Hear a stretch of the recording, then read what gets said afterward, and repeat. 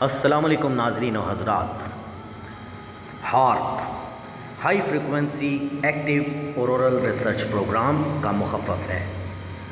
آج کل اسی حوالے سے امریکہ کے مختلف شہروں میں سوشل میڈیا پر ویڈیوز بھی زیر گردش ہیں.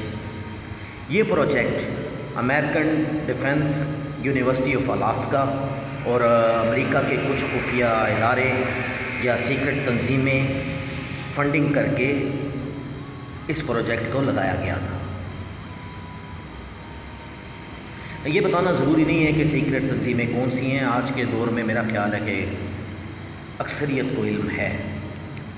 ہارپ ٹیکنالوجی کا سب سے مشہور اسٹیشن گکونا الاسکا 1992 میں قائم کیا گیا تھا، جو کہ دنیا کے تحفظات کے بعد کسی نامعلوم مقام پر منتقل کر دیا گیا اور دنیا کو دکھایا گیا کہ اس کو بند کر دیا گیا ہے اور وہاں صرف اب اینٹیناز لگے ہوئے ہیں.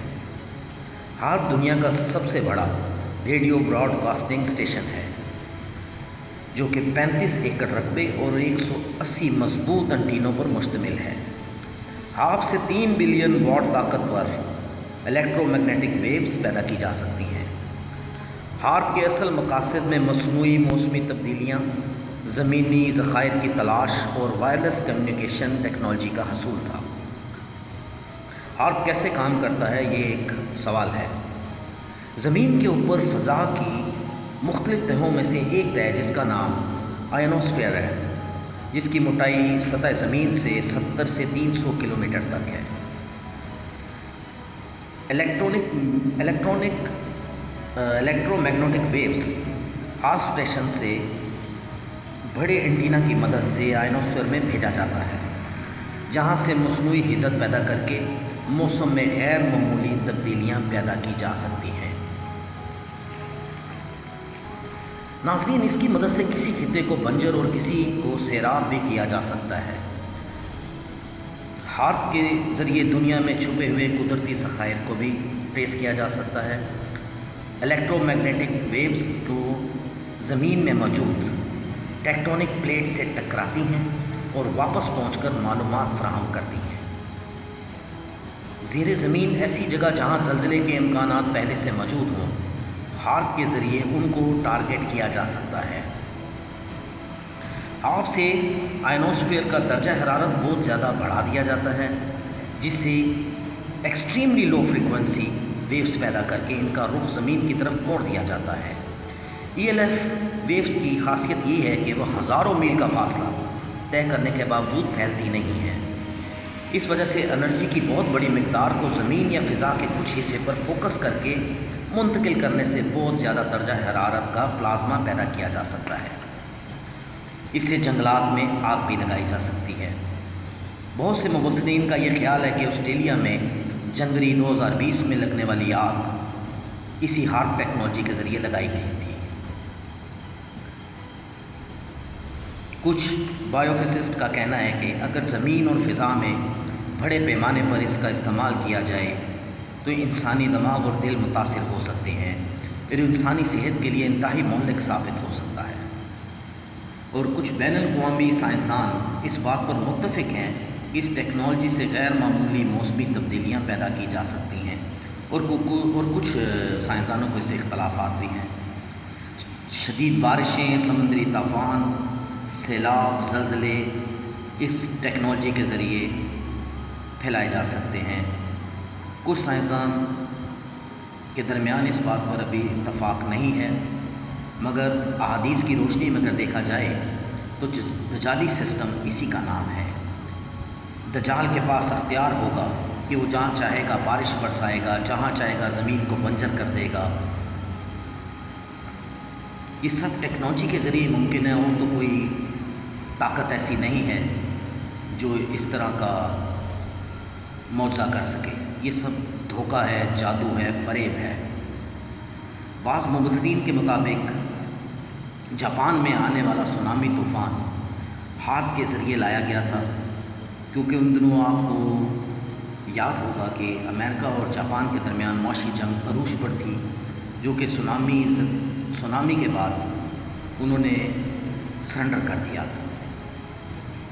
پہلا ایٹم بم بھی آپ کو شاید معلوم ہو کہ ہیروشیما پہ ہی چلایا گیا تھا۔ 2005 میں آنے والا پاکستان میں زلزلہ اور 2010 کا سیلاب، چین میں 2008 میں اور 2010 میں آنے والے زلزلے اسی ہارڈ ٹیکنالوجی کا کمال لگتے ہیں۔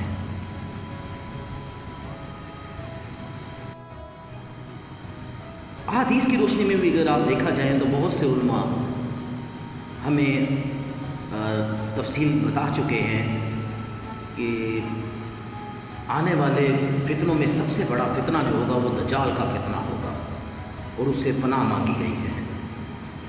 تو ناظرین، آج کے دور میں آپ دیکھ ہی رہے ہیں کہ جس طریقے سے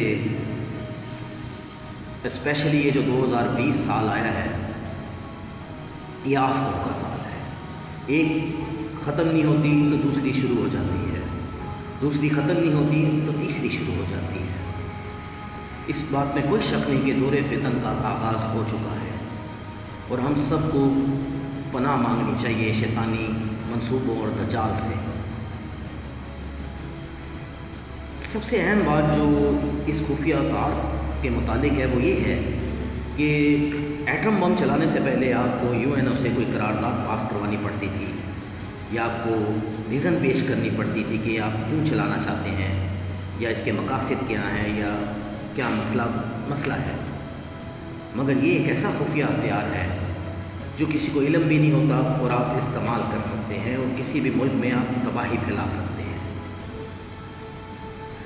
کچھ لوگ اس ٹیکنالوجی پر بلیو نہیں رکھتے، لیکن اگر ہم کڑیاں ملائیں تو ہم بآسانی سمجھ سکتے ہیں کہ ایسا ممکن ہے۔ انسان کی جب تخلیق ہوئی تھی تو فرشتوں نے اللہ سے سوال کیا تھا کہ اس مخلوق کو بنانے کا مقصد اور آخر میں ان کو خود ہی تباہ بھی کرو گے، تو بے شک خدا ماں سے 70 گنا زیادہ پیار کرتا ہے، تو خدا کبھی بھی انسان کو تباہ نہیں کرنا چاہے گا۔ انسان اپنی تباہی کا سامان خود تیار کرے گا، اور آپ تجزیہ کریں تو انسان نے اپنی تباہی کا سامان تیار کر لیا ہے۔ دنیا میں جتنے بھی ایٹمی ہتھیار ہیں یا کوئی بھی ٹیکنالوجی ہے، اس سے فوائد بھی ہیں، لیکن نقصانات اگر دیکھا جائے تو وہ بہت زیادہ ہیں۔ تو اللہ تعالیٰ تمام مسلمانوں کو اس فتنے سے بچائے، ایمان مضبوط رکھے مسلمانوں کا۔ امید ہے آپ کو یہ ویڈیو پسند آئی ہوگی۔ اپنا خیال رکھیے گا۔ شکریہ۔ خدا حافظ۔